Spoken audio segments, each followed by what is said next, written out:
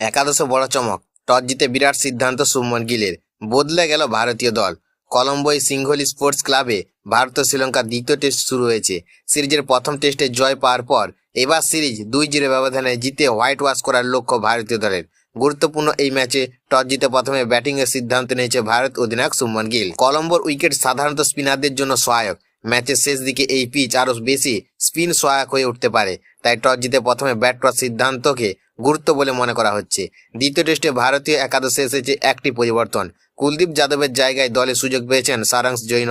এর মাধ্যমে টেস্ট ক্রিকেটে অভিষেক হলো এই অফ স্পিনার অলরাউন্ডারের। ভারতের একাদশে রয়েছে যশস্বী জয়সওয়াল, কে রাহুল, দেবদূত পাডিক্কল, শুভমন গিল, ধ্রুব জুরেল, ঋষভ পন্থ, রবীন্দ্র জাদেজা, মানব সুতার, সারাংশ জৈন, মোহাম্মদ সিরাজ এবং প্রসিদ্ধ কৃষ্ণা।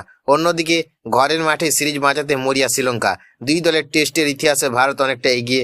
এখনো পর্যন্ত 47টি টেস্টে ভারত জিতেছে 23টি, শ্রীলঙ্কা জয় 7টি এবং 17টি ম্যাচ ড্র হয়েছে। এখন দেখার গুরুত্বপূর্ণ এই টেস্টে শুভমন গিলের দল ব্যাট হাতে কতটা বড় স্কোর করতে পারে এবং সিরিজ হোয়াইট ওয়াশের পথে আরও এক ধাপ এগিয়ে যেতে পারে কিনা।